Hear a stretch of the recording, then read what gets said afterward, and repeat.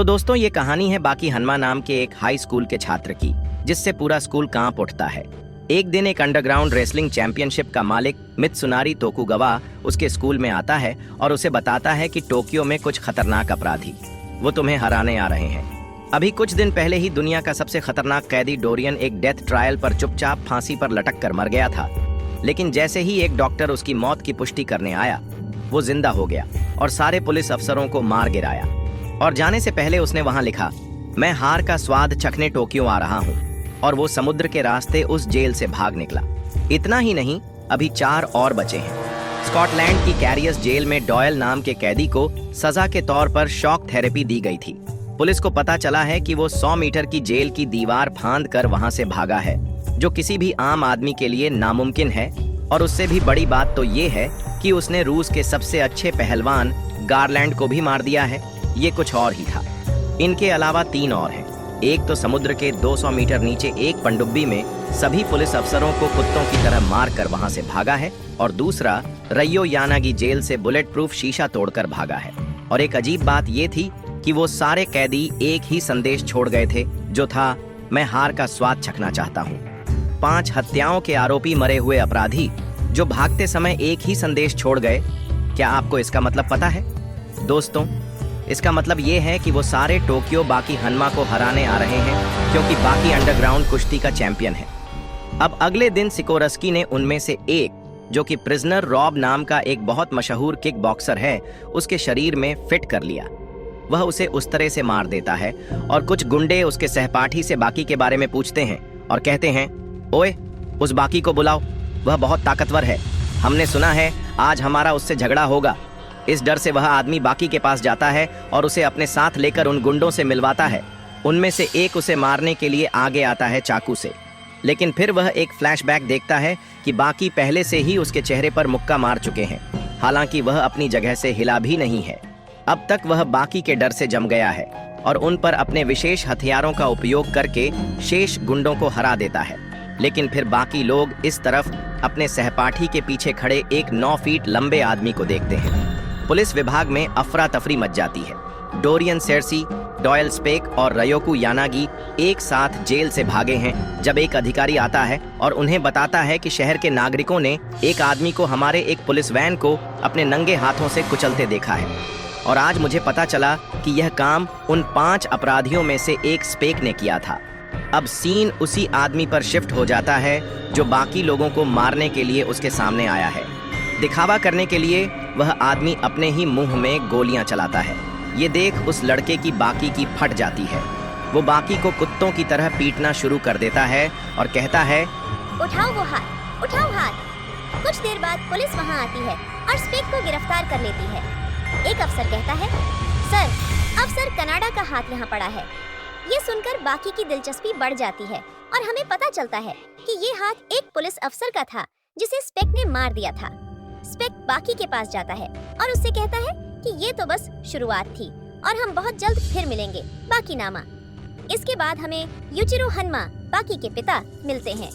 दिखाया जाता है कि वो दुनिया का सबसे ताकतवर प्राणी माना जाता है। पुलिस से लेकर राजनेता तक सब इस आदमी से डरते हैं। इधर उसकी मुलाकात रयोकू के शिबुकावा से होती है, जिसने 70 साल का होने के बावजूद शिबुकावा स्टाइल जो का आविष्कार किया इंस्पेक्टर बाल्टी के अनुसार पेशाब कर रहा है।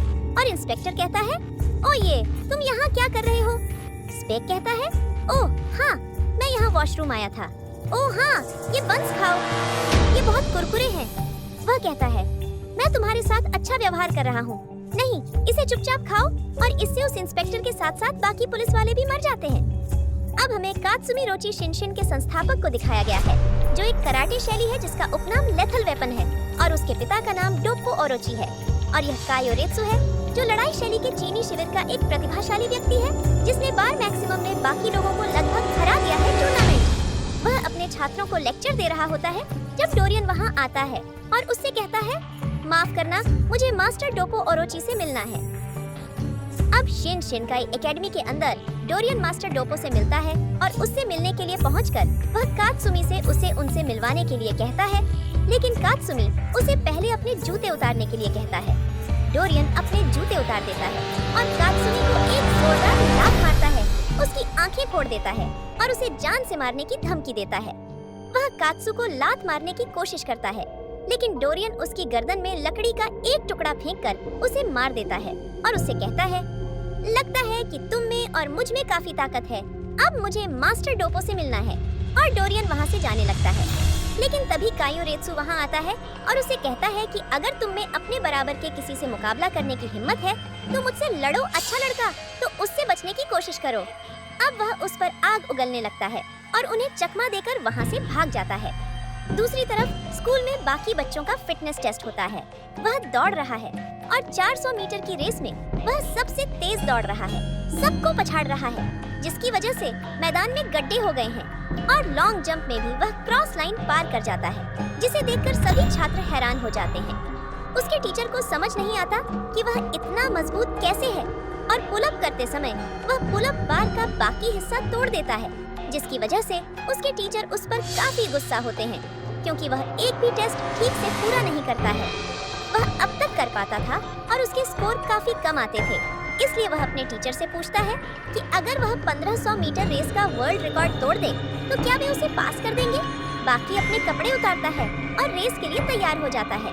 रेस शुरू होती है और बाकी शुरुआत में ही रेस में सबसे आगे रहता है। वो आगे बढ़ता है, लेकिन फिर उसे मांसपेशियों में ऐंठन होने लगती है, जिसकी वजह से वो आखिर में आखिरी स्थान पर आ जाता है। लेकिन बाकियों की प्रतिभा को देखकर टीचर उसे पास कर देता है। इस तरफ उसकी मुलाकात सोनारी कांजी गाड़ी से होती है, जो मैक्सिमम टूर्नामेंट में दूसरे नंबर पर रही थी। उसने सिरसी को लगभग हरा ही दिया था कि तभी सिरसी वहां आकर उस पर हमला कर देता है और एक एम्बुलेंस उसे ले जाती है और मित्सुनारी सिरसी को ले जाती है, उसके साथ जाता है और वहां से चला जाता है। इस बीच पुलिस स्टेशन में स्पेक गाता है, मैं जल्द ही वापस आऊंगा। एक पर्चा उसके सेल के बाहर चिपका दिया जाता है और मित्सुनारी और सीकर एक जगह आते हैं और देखते हैं कि सभी अपराधी एक साथ वहां आए हैं। मित्सुनारी उनका स्वागत करती है और उनसे कहती है कि मैं स्टेडियम का मालिक हूँ और अब यह बताओ कि तुम सब यहाँ क्यों आए हो। डोरियन बताता है कि यह कैसा सवाल है, ये जापान की सबसे प्रसिद्ध जगह है जहाँ दुनिया के सबसे अच्छे फाइटर आते हैं। डॉली कहती है, मैं वही करती हूँ जो मैं चाहती हूँ, मुझे यहाँ आना था, इसीलिए मैं यहाँ हूँ। और फिर बाकी वहाँ मित्साना से मिलने आता है और कहता है, सर मैं आप में से कुछ से बात करना चाहता था। अब वो पांचों क्रिमिनल और टोक्यो के 5 सबसे अच्छे फाइटर आमने सामने आ गए हैं और ये है डोपो ओरोची, शिनशिन की कराटे शैली का असली संस्थापक, और ये है कारोई यानामा, और ये यानामा गैंग का बॉस भी है। मित्सुनारी उनसे कहता है कि ठीक इसी जगह पर कुछ 1 साल पहले एक मैक्सिमम टूर्नामेंट हुआ था, जो इतिहास का सबसे खतरनाक टूर्नामेंट था और इसे बाकी नामा ने जीता था। लेकिन इस 17 साल के लड़के ने उन क्रिमिनल्स से कहा कि उन्हें उसकी बातों पर विश्वास नहीं हुआ और मित्सुनारी ने उसे इस टूर्नामेंट के नियमों के बारे में बताने की कोशिश की। ऐसा लगता है कि तभी ये लड़का कहता है, इसमें कोई नियम नहीं है, इस गेम को अभी शुरू करो, इससे कोई फर्क नहीं पड़ता कि तुम कहाँ हो, किसके साथ नहा रहे हो, अपनी जीएफ के साथ तुम जहाँ चाहो लड़ सकते हो, उन 10 लोगों के बीच लड़ाई शुरू करो। हो गया। बाकी कहता है, ठीक है, फिर मैं चलता हूँ। उधर डोरियन और डोपो कहीं गए हुए हैं। तभी कायोरेत्सु उससे बदला लेने के लिए उसके सामने आता है और डोपो रोची उस पर जोरदार हमला करता है। वह पहले से ही डोरियन को मात देने का मौका तलाश रहा था। डोरियन अपने फायर लाइटर से उस पर हमला करता है, लेकिन डोपो रोची आसानी से उसके हमले को रोक देता है और कहता है, हाँ, यह मेरा परफेक्ट डिफेंस है, जिसे कोई मिसाइल भी नहीं तोड़ सकती। इधर कांजी अकारी सिकरसा से बदला लेने के लिए उसके सामने आ गया है और अपने साथ कुछ गुंडे भी लेकर आया है और वे सब सिकरसा को पकड़ लेते हैं। हम पीछे मुड़कर डोपो रोची की तरफ देखते हैं कि डोरियन एक धागे से अपना हाथ काट लेता है। दरअसल डोरियन के पास एक खास लाइटर होता है, जिसमें मकड़ी के जाले से भी पतला और नायलॉन से भी मजबूत धागा निकलता है। डोरियन कहता है कि विज्ञान की दृष्टि से यह धागा एक चमत्कार है। जादूगर लंबे समय से अपने कर्तव्य के लिए इसी तरह के धागे का इस्तेमाल करते आ रहे हैं और रोची समझ जाता है कि जब उसने पहले उसे लात मारी थी तो उसने मौके का फायदा उठाकर धागा उसके हाथ में थमा दिया था, लेकिन असल में ओरोची को इसकी आदत थी। ट्रेनिंग के दौरान उसका हाथ कई बार टूटा और फिर वो उसके चेहरे पर एक जोरदार मुक्का मारता है और डोरिया जमीन पर गिर जाता है। दूसरी तरफ कांजी और उसके दोस्त सरसी को मारने का प्लान बना रहे हैं। वो 5 गोलियां चलाता है, लेकिन उसे कुछ नहीं होता। वो अपने साथियों को मार देता है और कांजी सरेंडर कर देता है और कहता है, प्लीज मुझे जाने दो। लेकिन सीकरेस उसकी बात नहीं सुनता और जिम की रॉड और कुछ डंबल उठाकर उसे पीटना शुरू कर देता है, जिसकी वजह से कांजी की मौत हो जाती है। अब सीन बाकी पर शिफ्ट होता है, जो अपनी गर्लफ्रेंड कोजू इमासा मोटो के साथ घूम रहा होता है। लड़की को पता चल जाता है कि बाकी लड़ाकू है। वो दोनों एक दूसरे से बात करते हैं। वो जा रहे होते हैं कि अचानक कुछ गुंडे उनका रास्ता रोक लेते हैं और बाकियों से कहते हैं, ओए चुपचाप अपने सारे पैसे हमें दे दो। तुमने ही तो कहा था। लेकिन जैसे ही वो बाकियों की आंखों में देखते हैं तो उनकी आंखों में आंसू आ जाते हैं और वो खुद ही अनजाने में वहां से चले जाते हैं और वो दोनों वहां से चले जाते हैं। दोनों डेट पर जाते हैं और खूब मस्ती करते हैं और वापस घर जाते वक्त कोजी बाकी का हाथ पकड़ता है। लेकिन तभी हम देखते हैं कि स्पेक पीछे से बाकी को देख रहा होता है। अब बाकी उसकी गर्लफ्रेंड है। बाकी के साथ घूमने के बाद वो उसे वापस उसके घर छोड़ने जा रहा होता है और तभी वहां स्पेक आ जाता है और हम देखते हैं कि कोजाई बाकी को लेकर काफी चिंतित है कि तुम एक असली लड़ाके हो, तुम्हारी जान हर वक्त खतरे में रहती है, तुम्हें अपना ख्याल रखना चाहिए। अगर मैं तुम्हारे साथ अपनी जिंदगी बिताऊंगा तो मुझे भी हमेशा चिंता रहेगी। कोजाई के दिमाग में कई बातें चल रही होती हैं और फिर कोजाई बाकियों से कहता है कि तुम जिनसे लड़ते हो उनके भी तो परिवार होते हैं ना, उसकी भी तो बीवी और बच्चे हैं। अगर उसे कुछ हो गया तो क्या उसकी बीवी और बच्चे तुमसे नफरत नहीं करेंगे? और जैसे ही कुसाई बोलना जारी रखती है बाकी उसे गले लगाती है और उससे कहती है कि बस चुप रहो, अब लड़ाके अपनी मर्जी से करेंगे। मैंने पिछले 17 सालों में कुछ भी अच्छा नहीं देखा है। मेरे पिताजी और मेरी माँ मुझसे नफरत करते थे और वे हमेशा चाहते थे कि मैं दुनिया का सबसे मजबूत व्यक्ति बनूं। मैंने यह रास्ता चुना है और यही मेरे जीवन का अंत है। अपने पिताजी को हराना यही मेरा लक्ष्य है और अगर इस रास्ते पर चलते हुए मुझे कुछ भी हो जाता है तो मुझे इसका बिल्कुल भी अफसोस नहीं होगा। और अगर तुम मेरे साथ आना चाहती हो तो तुम्हें भी मानसिक रूप से तैयार रहना चाहिए। और अगर आज तक मैंने तुम पर भरोसा किया है तो वो तुम हो कोजाई। वे दोनों एक दूसरे से बात कर रहे होते हैं कि अचानक वहां स्पेक आ जाता है और फिर जैसे ही वह बाकी पर हमला करने वाला होता है बाकी स्पेक को घूरता है तो स्पेक वहीं खड़ा रहता है जैसे जम गया हो। लेकिन इसी बीच हानायामा वहां पहुंच जाता है और वह स्पेक का जबड़ा पकड़कर उसे बाकी से दूर फेंक देता है। वह उसे बचा लेता है